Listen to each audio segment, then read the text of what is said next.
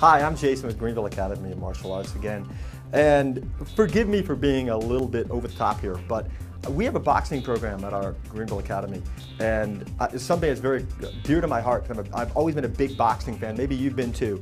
And boxing has clearly been on a bit of a decline because of political reasons. You know, a lot of great fighters don't fight each other. As we speak, Floyd Mayweather and Manny Pacquiao still haven't fought, and that ought to be against the law. But again, if you're like me, you love boxing, and I love the history of boxing. It's such a rich and deep tradition, and there's been so many great fighters.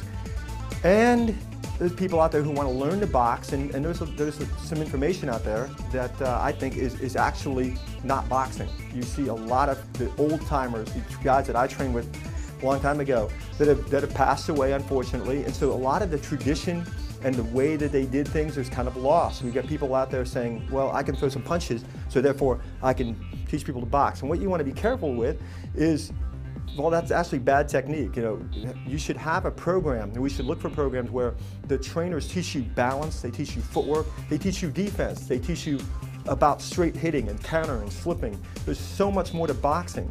And for it to be subsumed in a kickboxing program, as I hear, well, we do boxing and kickboxing. And kickboxing is a different discipline, completely different discipline. Boxing has a much more rich history to it, and it's much more technical because of the limitation of the weaponry. And so anyone who's interested in boxing and really wants to get deep into it should consider trying to find a traditional boxing gym or school. Of course, there are not very many of them. We still are around.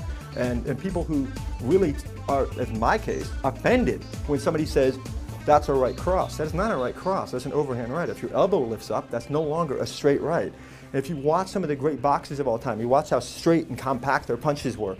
Those were guys that did that for hours and hours and hours, shadow boxing, making sure their balance was good. They can slip and they can hit.